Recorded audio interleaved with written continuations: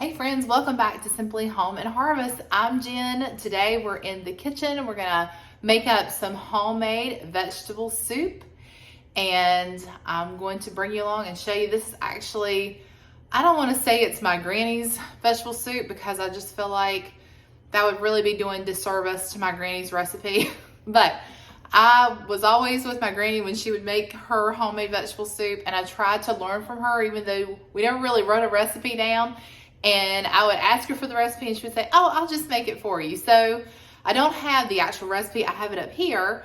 So I'm going to do my version of that, which will probably be pretty close based on how she taught me how to make it.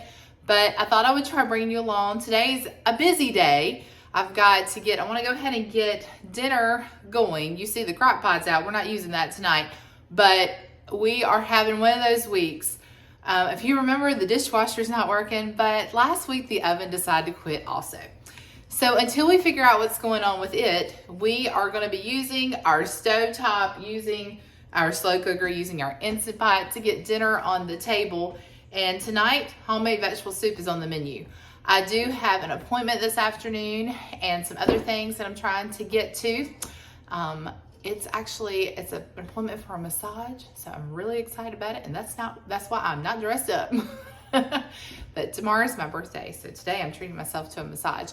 I'm gonna go ahead and get this started, and then tonight we'll throw it together with some grilled cheese maybe, and it's gonna be a good dinner. It's cold around here. This morning it was, I don't know, the chicken's water froze, so I won't say it was in the mid-20s this morning when we got up. Everything was frozen. So it's starting to thaw out a little bit now, probably getting close to 40. The sun is shining. It's a beautiful day. It's just cold and a good day for soup.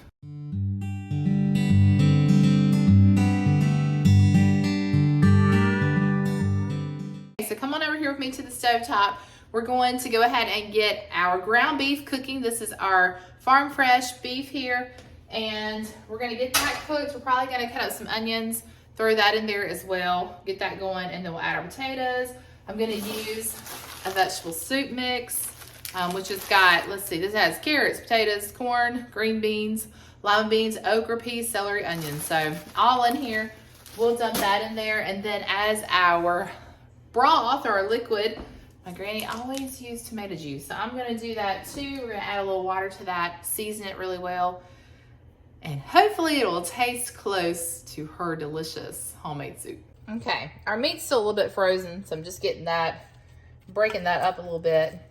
We'll get that to start cooking. All right, I'm just gonna slice just a tad of onion, not much at all, because you've watched my videos long enough, you'll know that my husband is not a fan of onions, but sometimes if I can get them really small and cooked well, he doesn't mind them. It's when he crunches into an onion that's not cooked all the way that he has a problem with that. But hopefully we can just put enough in to give it some flavor, and he'll be okay with that.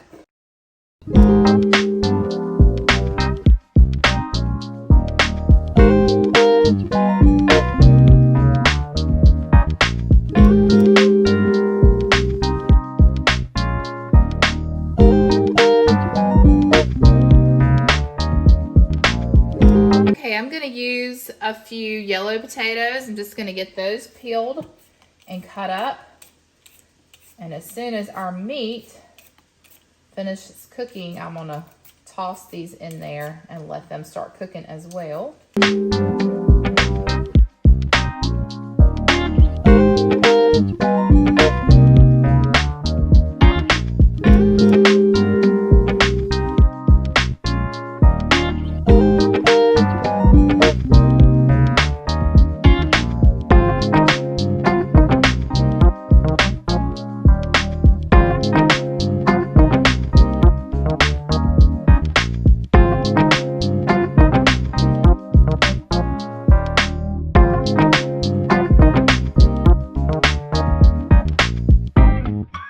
This beef is continuing to cook. I've already added some salt. I'm going to add some pepper to it. I'll probably add more seasoning as we get closer to the end. And I wanted to say I'm using ground beef, but you could also use like a stew beef. I remember my granny would sometimes use, different cuts of beef in her soup. It was always beef though. But you could, make a chicken vegetable soup. The same idea. You just go ahead and pre-cook your chicken. But I don't know. My preference was always the ground beef. That's what my family seemed to like best. So that's what we're going to stick with. And, we got a freezer pretty full of it, using what we have. All right, this is just about cooked through, and of course that beef will continue to cook. So I'm gonna go ahead, probably should have done this sooner, but I'm gonna go ahead and add that little bit of onion in there, let that cook with the meat. We're gonna have it smelling really good in here in a few minutes. This makes me also wanna make a chili. We have not had a good chili this winter yet, so I'm gonna put that on my menu too, maybe for next week. And I've got a lot of chili base that I canned summer before last actually, that we need to use up. So I think we're gonna have chili. Maybe we'll wait for next week. Okay, we're gonna add a little bit of water just to cover our meat. Let that continue to cook. This is what's also gonna help cook our potatoes. All right, now we're gonna add those potatoes that we peeled and cut up. I cut them into smaller pieces in hopes that they will cook a little bit quicker. I'm not adding as many to this just because that vegetable soup mix has some potatoes in it already. And I'm actually making a smaller pot of soup based on what my granny and I used to make, but we would make it, and the soup freezes so well. We would make it, freeze it, give some to my brother, to my mom and dad. I mean, we would just like distribute the soup, and then she would take some home. We'd have some for dinner the next couple of nights. But we probably did double what I'm doing because we used a larger stock pot, and I just didn't take the time to go downstairs and get that. Plus, I really did want to make a smaller batch of it just because we do have some other dinner plans this week, and I could, like I said, I could have made more and froze it. I don't know. I just, today with everything going on, I want to get our dinner fixed pretty quick. So the less in here to cook, the less time it will take. I'm going to add a little bit more water. But yes, doubling this and freezing the rest would definitely be a better way to go. That way you prep once and then you have more than one dinner. That's always the best option if you've got time to do it that way. All right, I'm just gonna let this come up to a boil and let it start cooking those potatoes, and then we'll come back to it in just a little bit. This is also the point that you could add carrots. So if you had some fresh carrots that you wanted to add, I think I'm gonna hold off this time since we're gonna use that bag mix, but you'd wanna add in, you're adding your potatoes now, so you wanna add in anything that's really hard that would need to cook a little bit longer. This would be the point to add those. All right, we're gonna check on our potatoes. It's been cooking for a few minutes. We just want to cook it long enough for our potatoes to get soft. So let's see. Oh yes, they're soft. So now we can go on to the next step, and that's adding the rest of our vegetables. And we're just gonna let this simmer for about an hour. So I'm gonna turn the heat down in just a minute. All right, so the first thing we're gonna add is our bag of frozen vegetables. Of course, we'll have to bring the heat back up on everything because that's gonna definitely slow the cooking process down with all that ice in there. So you can add to this soup whatever you prefer. I'm gonna go ahead and add another can of corn, and I'm just gonna add the juice with the corn. But you could add, a can of green beans. You could add some black-eyed peas. We've done that before. You could add squash, zucchini, whatever your heart desires. I did add some garlic and herb seasoning to this earlier, which I did not get on camera. But like I said, there, at the end when everything is cooking and we've added in our tomato juice, then we'll have a better idea of what seasonings we need to add. Okay, now the final step on this part is the tomato juice. So I'm going to add in probably not this whole, it's 64 ounces in this. So that's 2 quarts, and I think we only add like 1 quart of tomato juice. So we'll see.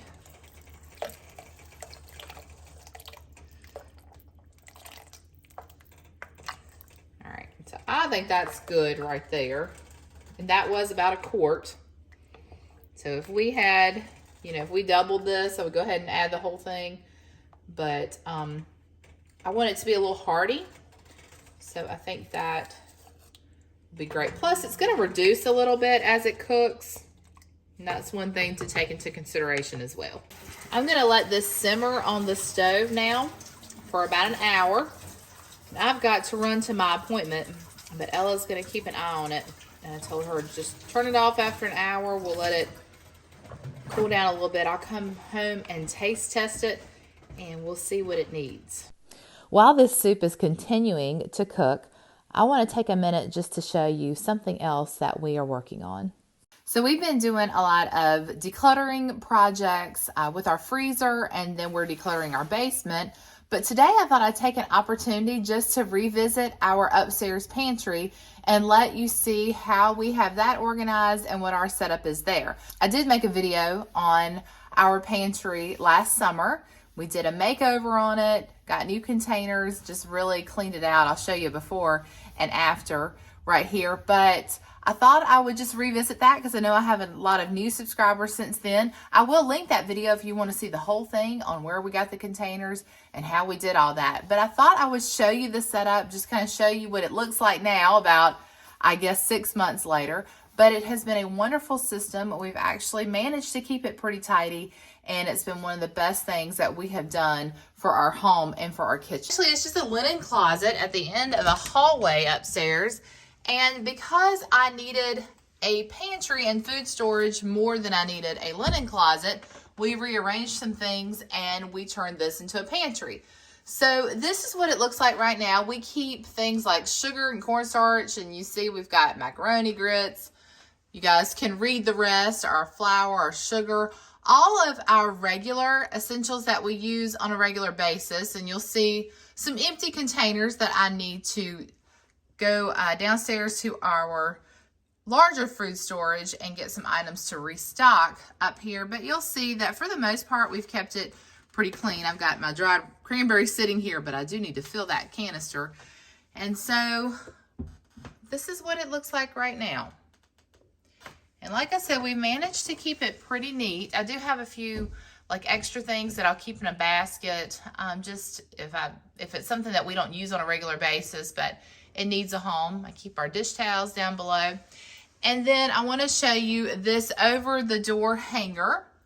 And this holds our spices, some of our baking supplies, just random stuff, little packets of things, some ranch packets there, some bacon bits, and you'll see, Jell-O, just some odds and ends. There's some baking supplies in that one. But this has just been the best system. So I encourage you, if you have a small space, if you'll get it organized to where you can see the items, you will not overbuy things because you'll know what you have on hand.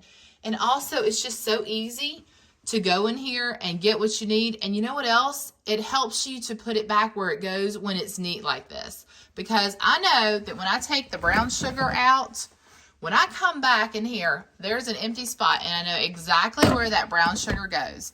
And so, like I said, it's been really helpful for us, and hopefully this will give you an idea and some inspiration on how you can transform your pantry. All right, now let's get back to this delicious homemade soup. All right, you guys, this soup has been simmering for quite some time now, and I've tasted it a couple of times. I've adjusted the seasoning, added a little bit more salt and pepper. I also added a little bit of sugar. That was something that my granny always added to her soup. So we're going to give us the final taste test. It's definitely done, and you can see it has reduced a little, but that's okay. But this is a trick that I actually learned off of watching another YouTube channel, and she learned it from someone else. So I think it's just getting passed along, but I actually saw Becky from Acre Homestead do this a couple weeks ago. And she said, you know how you're always having to like get a new spoon when you're taste testing? There's a simple way to do it. And you just take your spoon that you're stirring your soup with, get a little bit of the soup on it that you want to taste, and you just add this to your spoon. Your spoon never goes into the soup and then you can taste your soup and not have to keep getting a new spoon. I mean, what a simple, genius idea. Why have I never thought about that before, right? All right, here goes. Let's taste it.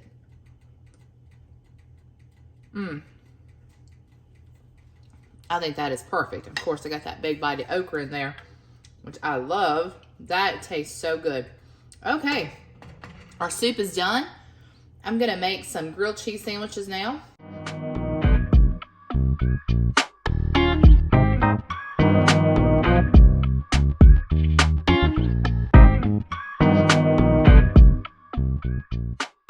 All right, y'all, got my soup here. I'm gonna have it real quick before I head off to church, but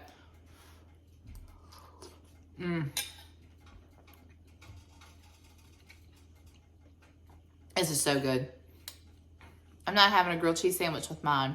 I'm just gonna have the soup by itself, but hopefully you will try this recipe out and make this for yourself and let me know how you like it in the comments. Perfect. I just want to say thank you to everyone for watching today. If you're new here, I hope that you will consider subscribing to my channel. On this channel, you'll see lots from the kitchen, lots of recipes, lots from the garden, and more of that coming soon. Some DIY projects, some decluttering. We are cleaning out, so lots more of that footage to come.